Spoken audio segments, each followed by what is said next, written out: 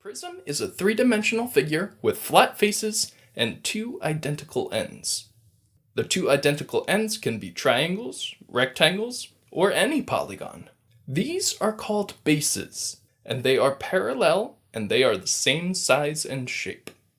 A cylinder is a three-dimensional shape with two identical circular faces and one curved surface.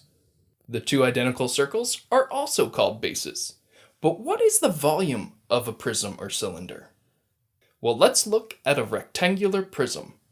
Remember that the volume is length times width times height. But look closer.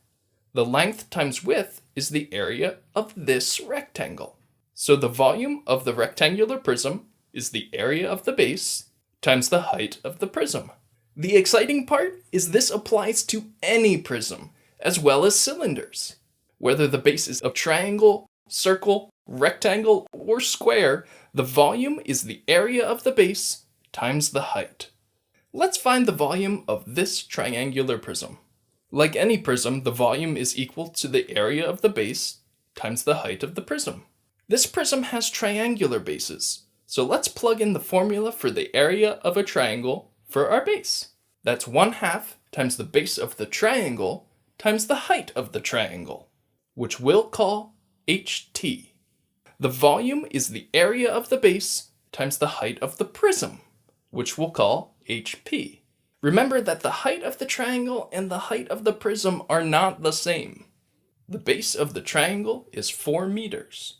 The height of the triangle is 3 meters, and the height of the prism is 7 meters. So let's plug those in and multiply. 1/2 times 4 times 3 times 7 is equal to 42. So the volume of the triangular prism is 42 cubic meters. This time let's use the volume to solve for a missing dimension. Here is a cylinder. We know the volume and the height. Let's solve for the radius. Once again, the volume is equal to the area of the base times the height. And for a cylinder, the area of the base is equal to the area of a circle. Pi times the radius squared. That makes the volume formula for a cylinder pi times r squared times the height of the cylinder, h. We know the volume and the height, so we can work backwards and use the volume formula to find the radius. Let's plug in what we know and solve for r. The volume of this cylinder is approximately 169.56 cubic inches. We can use 3.14 as an approximation for pi. We want to solve for r, and the height is 6 inches. Let's divide both sides by 6.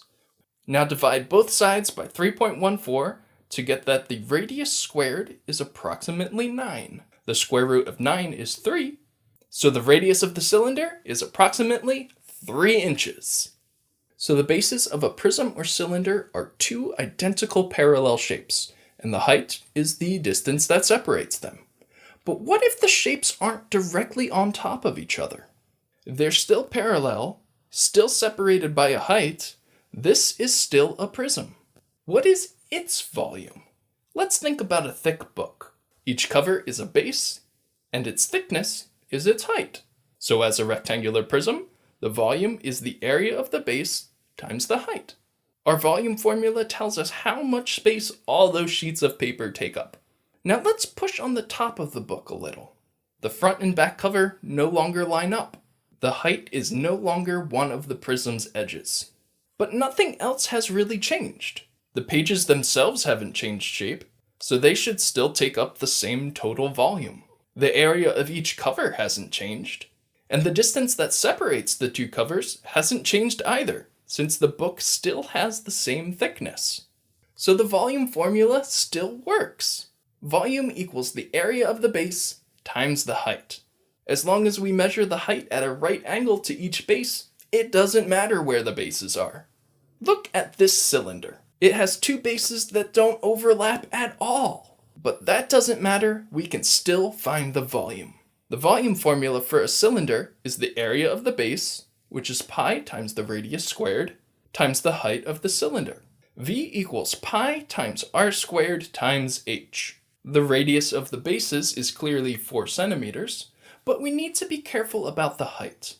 The curved face of the cylinder is 15 centimeters from base to base, but that is not the height because it is not at a right angle to each base. But this distance is measured at a right angle to each base, so the height of the cylinder is 9 centimeters. Let's put that into our volume equation. The radius is 4 centimeters, and the height is 9 centimeters. Simplifying our exponent first, 4 squared is 16. Let's use 3.14 to approximate pi, and 16 times 9 is 144. 3.14 times 144 is equal to 452.16. So the volume of the cylinder is approximately 452.16